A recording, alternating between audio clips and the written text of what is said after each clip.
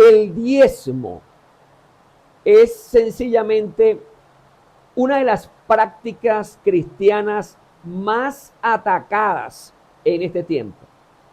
Hay diezmadores por todas partes que están dispuestos a cumplir lo que está escrito en la palabra de Dios.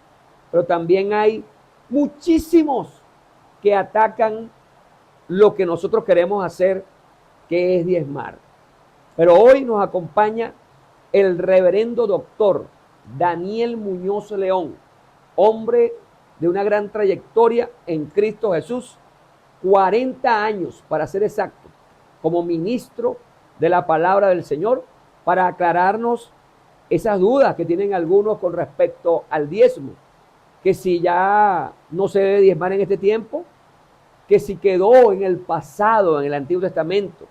Otros dicen que el diezmo fue clavado en la cruz.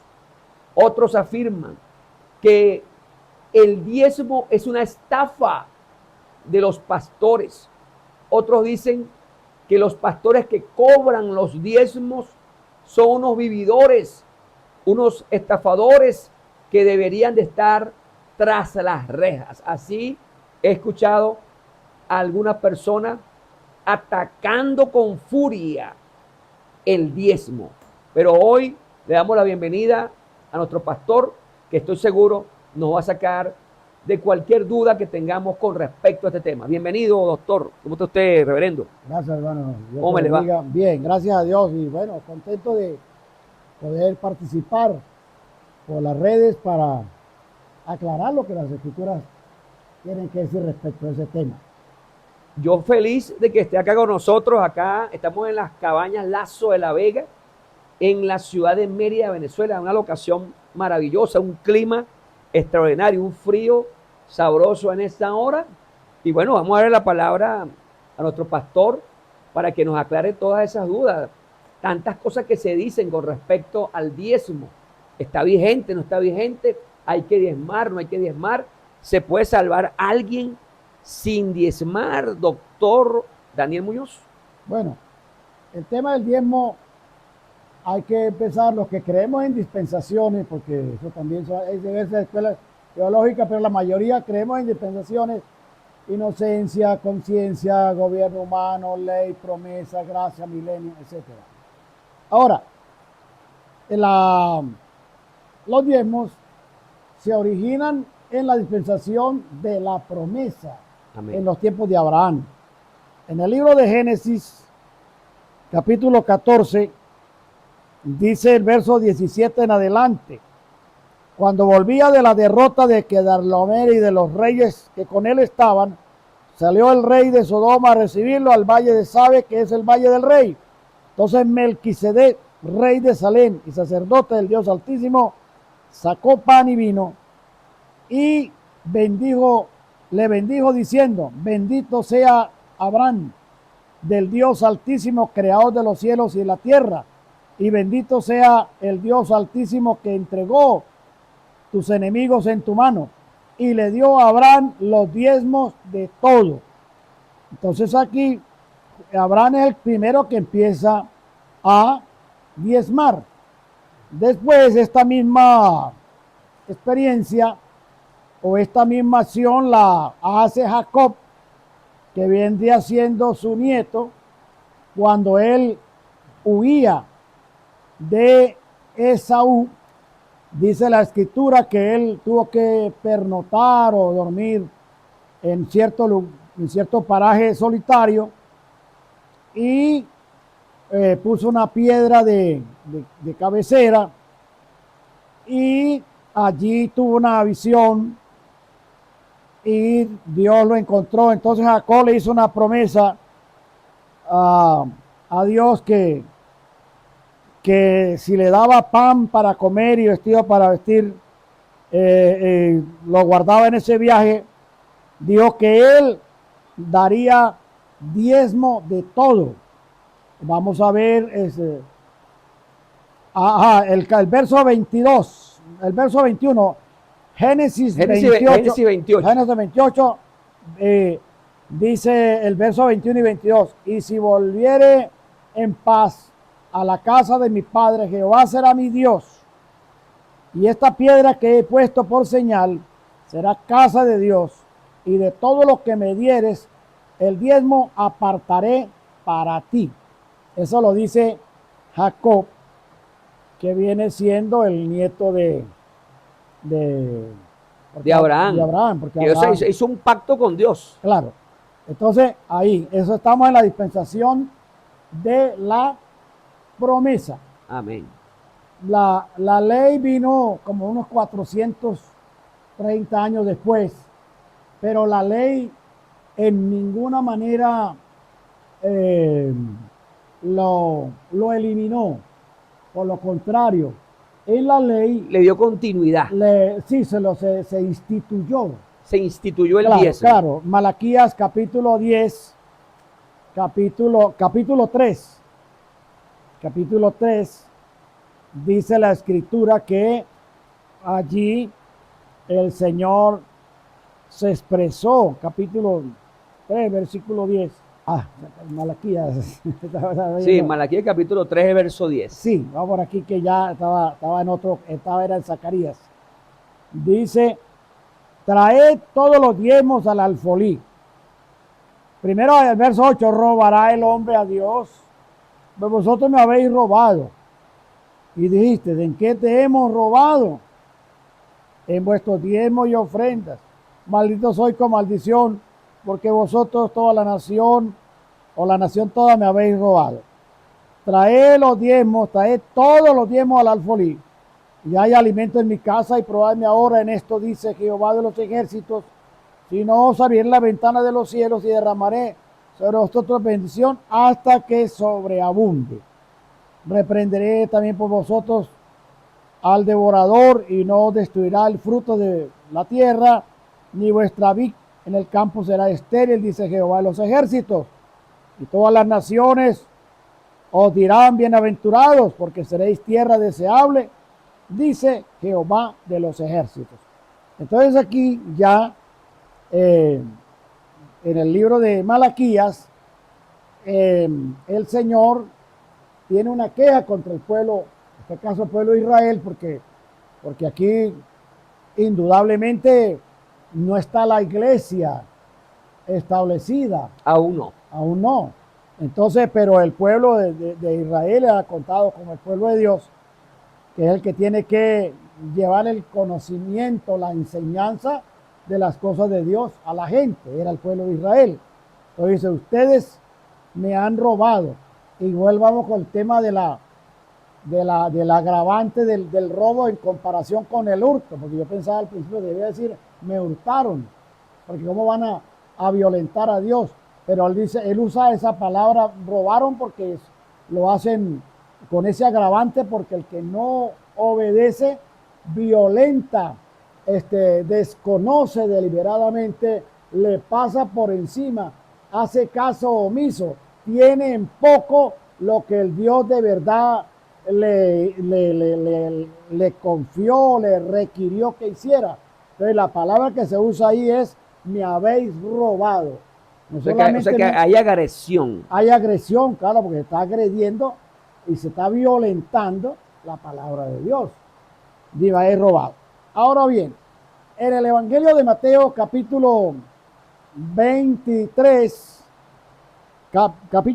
verso 23, dice, ay de vosotros escribas y fariseos hipócritas, porque diezmáis la menta y el eneldo y el comino, y dejáis lo más importante de la ley, la justicia, la misericordia, la fe. Esto era necesario hacer, lo que dice la última parte de la cláusula, sin dejar de hacer aquello, sin dejar de hacer lo primero, sin dejar de diezmar y ofrendar. En la versión Jerusalén, la Biblia que usan los católicos también dice que esto era necesario hacer sin hacer a un lado lo otro. ¿Ve? Entonces no es que el Señor está diciendo, oye, están diezmando, no deben hacer eso, solamente hagan justicia, misericordia y verdad. No, está diciendo, aparte de que diezmen, también hagan, porque es que es como usted debe ir a la iglesia, pero también debe orar. No es que no, yo voy a la iglesia y con eso me basta. No, pues vaya, pero también ore. No, yo voy y oro, pero no canto. No, pues vaya, ore y también cante. No, yo oro y canto y todo, pero no ofrendo. No, vaya, ore y cante, pero también ofrende. Eso es lo que quiere decir sin dejar de hacer. Sin dejar de aquello. No, pero yo voy, oro, canto y ofrendo, pero no quiero que me llamen a evangelizar. No, vaya, ore, cante, ofrende, pero también salga a evangelizar. Claro. Etcétera. Entonces, se entiende claramente. Se entiende claramente. No es que dice, no lo están haciendo mal. No, Señor, están haciendo él dice, era necesario hacer sin dejar de hacer aquello. En el libro de Hebreos, capítulo 7, dice la palabra del Señor también que, vamos a ver, Hebreos capítulo 7, aquí está, que es una alusión a Melquisedec. Dice, ciertamente de entre los hijos de Leví, verso 5, reciben el sacerdocio, tienen mandamiento de tomar del pueblo los diezmos. En esto quiero aclarar, ciertamente los que de entre los hijos de Leví reciben el sacerdocio, tienen el mandamiento de tomar del pueblo los diezmos según la ley, es decir, de sus hermanos, aunque estos también hayan salido del lomo de Abraham. Pero aquel cuya genealogía no es contada de entre ellos, tomó de Abraham los diezmos y bendijo al que tenía las promesas. Hablando aquí de Melquisedec, que fue el que bendijo a Abraham, que era el que tiene las promesas. Y sin discusión alguna, el menor es bendecido por el mayor. En este caso, se podría pensar que era Abraham el que tendría que bendecir a Melquisedec, pero no, aquí dice que es Melquisedec el que bendice a Abraham. Y aquí, ciertamente reciben los diezmos, aquí ciertamente quiere decir pues que es verdad, que no es mentira, que no son inventos, que no es especulación. Aquí ciertamente reciben los diezmos hombres mortales, pero allí uno de quien se da testimonio de que vive. Buenísimo entonces, este versículo, ¿no? Pues sí, entonces aquí dice... Poderoso. Y está en el Nuevo Testamento. Entonces no dice que no hay una aclaratoria, entre paréntesis, ahora no se deben los diezmos, entre paréntesis, bueno, ya eso se anuló. Ahora, el que diga que eso quedó clavado en la cruz, pues sencillamente, o no entiende lo que está leyendo, o... ama el dinero.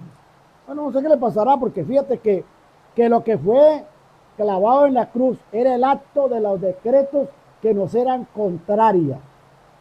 Todo lo que la ley decía que nos afectaba y que nosotros no podíamos cumplir, todas esas cosas que nos perjudicaban, fueron clavadas en la cruz y fueron exhibidas públicamente, y Cristo triunfó sobre todas ellas en el madero para dar libertad a la raza humana, a la descendencia de Abraham. Quiere decir que entonces el que dice eso ve el diezmo como un castigo, no como una bendición. Como un castigo, como algo que lo afectaba, como algo que lo condenaba, como algo que era imposible, algo así. Mientras que todo lo contrario. Es todo lo contrario, porque es que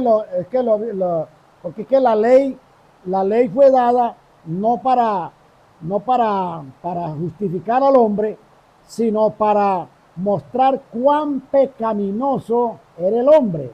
Porque el que dijo no matarás, también dijo no hurtarás. Pero el que dijo no hurtarás, también dijo no levantarás falso testimonio. Ahora, si no matas, pero adulteras, y si no adulteras, pero levantas calumnias, y no levantas calumnias, pero codicias, o sea, si no tropiezas con una cosa, tropieza con la otra. Exactamente. Entonces la ley fue dada para añadir pecado, porque siempre ha habido pecado, dijo Pablo, pero pero venida la ley es el conocimiento al pecado, porque donde no hay ley no se inculpa de pecado. Ajá, así es. Entonces ir a decir que la ley, que el diezmo era algo, entonces o sea, en este caso el Señor clavó en la cruz todas las cosas que no eran contrarias, que nos ponían demasiado pecaminosos e indignos de la salvación. Todo eso el Señor lo exhibió públicamente. Digo, todo esto está vencido. Y de hecho Jesús dijo en la sexta palabra, una palabrita que viene del griego que se titula que dice tetelestai o consumado es. Consumado es. Es decir, tu deuda impagable ha sido cancelada.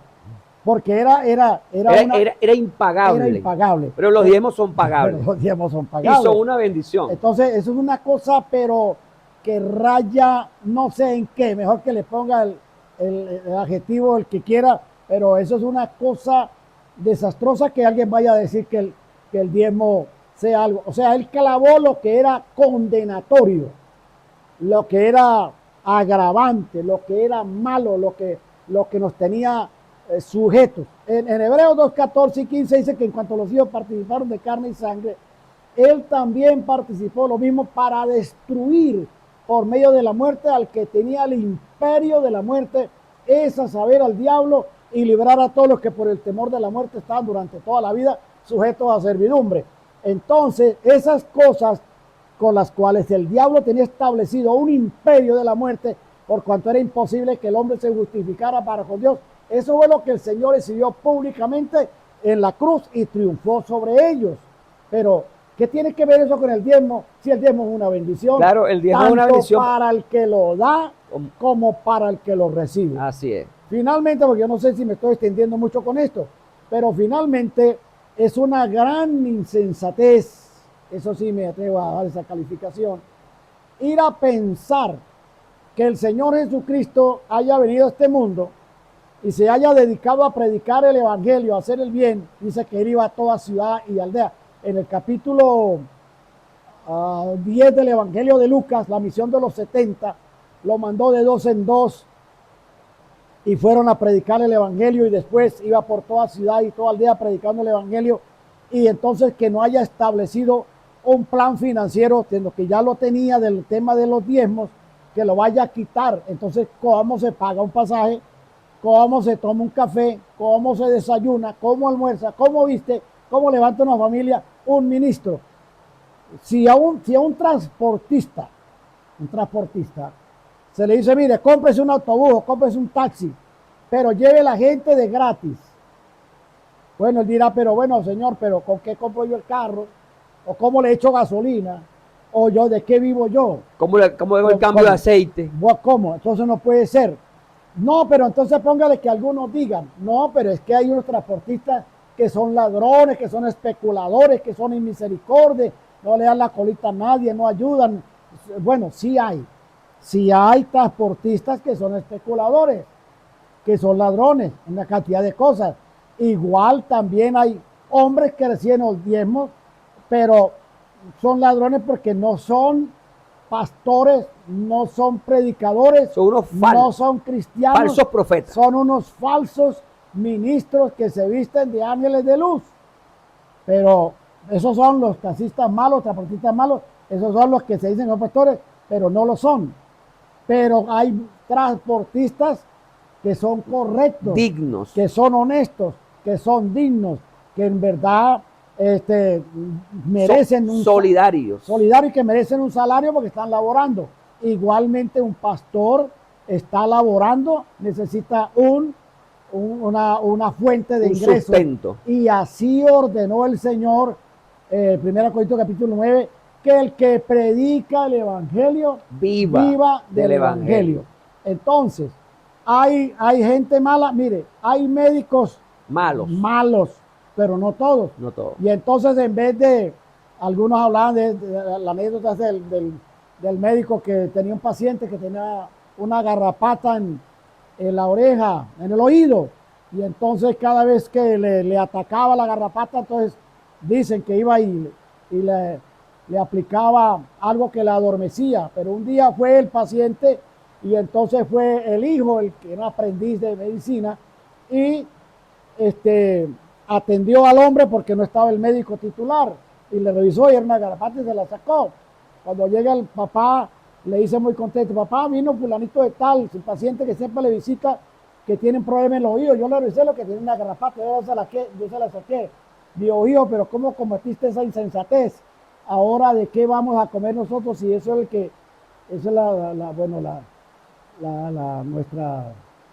nuestra fuente de ingreso. Entonces, hay médicos que también en vez de curar quieren enfermar para tener. Exactamente. Pero hay médicos, igual, y los abogados también. Pero hay médicos que en verdad tratan. Honorables. Honorables, claro que sí.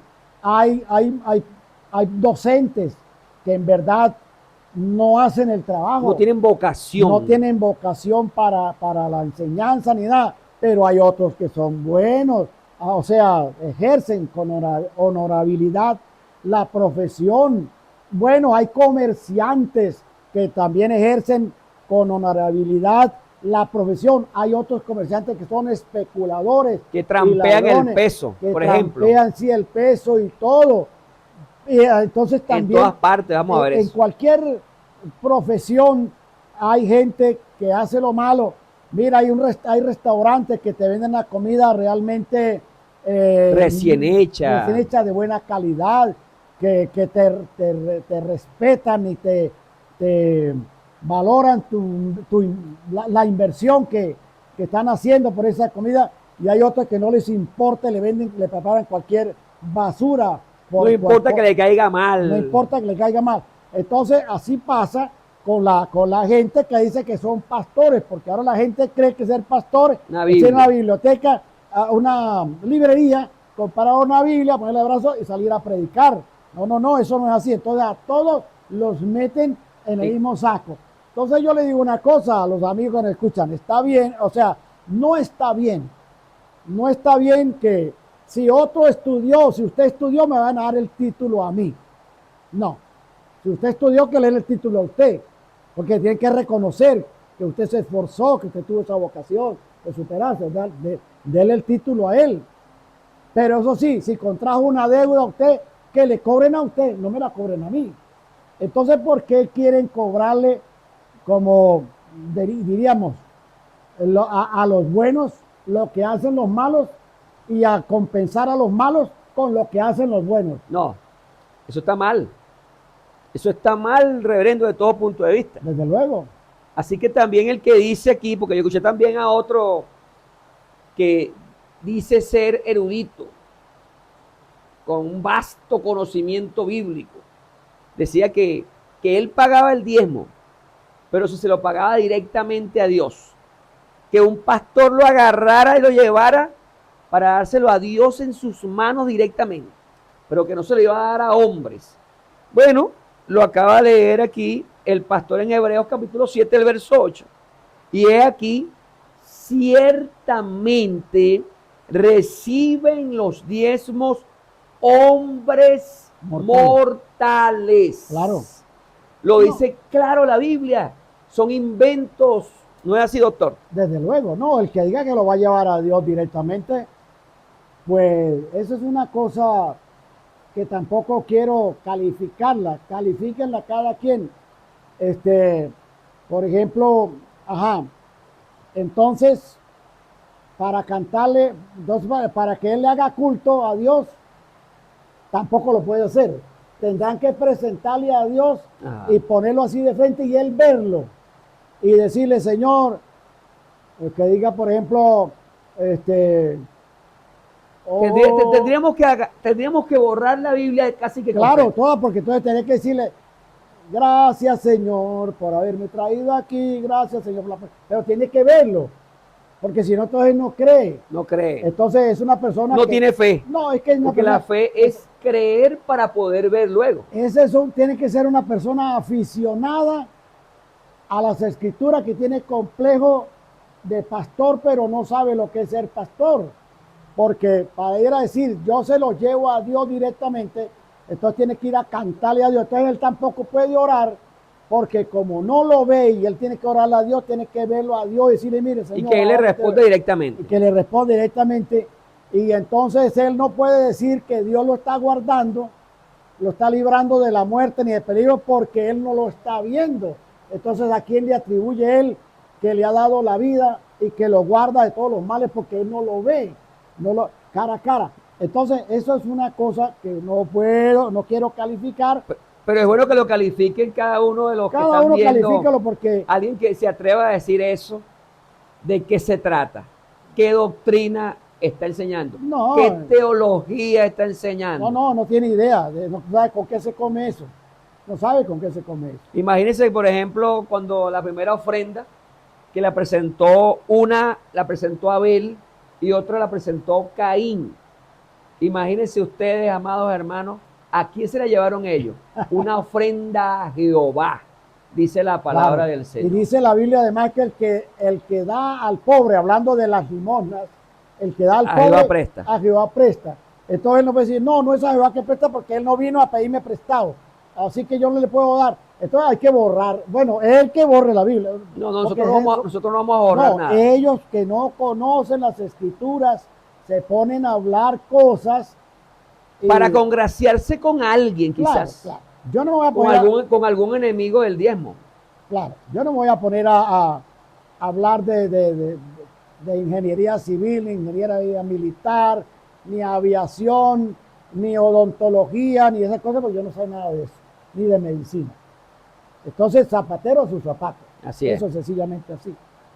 Bueno, reverendo, yo creo que está bien claro en esta hora todo con respecto al diezmo. ¿Sigue vigente el diezmo? Naturalmente, porque el evangelio, el diezmo, o sea, el evangelio sigue vigente, la obra de Dios sigue vigente, la obra salvadora, y ese es el plan financiero que Dios estableció para llevar adelante el ministerio de la predicación, mientras la iglesia esté aquí en la tierra sigue vigente. Cuando ya el Señor arrebate su iglesia, entonces los no diezmadores quedarán muy contentos porque nadie los torturará con decirles que hay que dar diezmo, porque ellos se sienten torturados. ¿Y qué pasa con esa gente? Que son idólatras del dinero. Claro que sí, porque no quieren soltar el dinero que le pertenece a Dios. Así es. Claro y sencillo como eso. Pero quiero finalizar con, por supuesto, su despedida. Quiero agradecerle haber estado en este espacio, en este maravilloso canal Pastor Emilio Blanco. Respuesta final o pregunta final.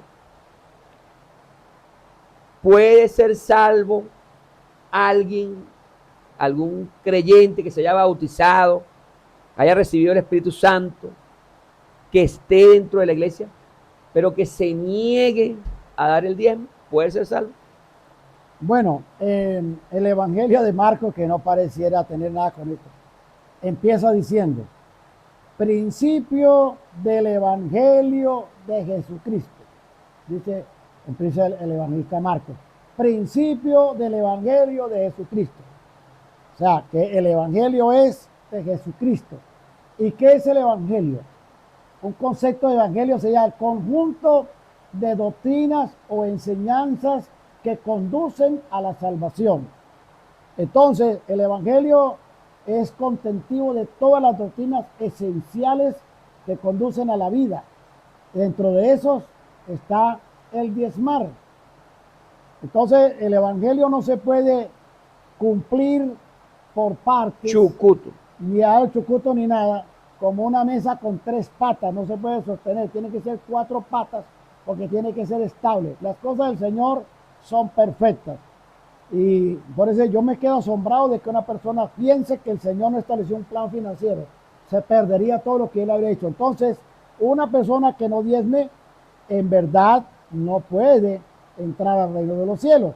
No quiere decir esto que yo como pastor tenga que llamarlo ladrón y maltratarlo y insultarlo. No, yo debo estimularlo a que cumpla. Tengo que estimularlo a que se arrepienta de cualquier cosa. Tengo que estimularlo a que se convierta. Ayudarlo. Tengo que estimularlo a que asista a los cultos. Tengo que estimularlo a que ore, estimularlo a que ayune, estimularlo a que vigile, y también tengo que estimularlo a que ofrende, y también tengo que estimularlo a que diezme. No lo puedo maltratar, pero el hecho de que no lo maltrate no quiere decir que eso sea una opción. El Evangelio es integral, no es una parte sí y otra parte no. Entonces, por consiguiente, el que no practica el Evangelio completo no tiene garantía de salvación. Palabra de despedida. Bueno, Gracias una vez más, primero, Pastor Emilio, por invitarme a este espacio, y gracias a todos ustedes, habiendo tantas cosas que ver y oír, usted haya tenido a bien escuchar algo de la palabra de Dios. Que el Señor le recompense generosamente en el poderoso nombre de Jesús. Yo feliz de, por supuesto, haber tenido al reverendo doctor Daniel Muñoz León acá en este maravilloso programa, en este espacio tan lindo que Dios nos ha permitido tener. Es un gozo tener a alguien que tenga tanta experiencia en la sana doctrina. Así que bueno, siempre que pueda, dese una vueltica por esta casa que también es suya. Gracias. Bendiciones para todos, y recuerden, si no se han suscrito, allá abajo hay un botón rojo, se pueden suscribir, es gratuito, no tienen que pagar nada. Y por supuesto, compartir este precioso video para la gloria y la honra del Señor Jesucristo. Bendiciones para todos.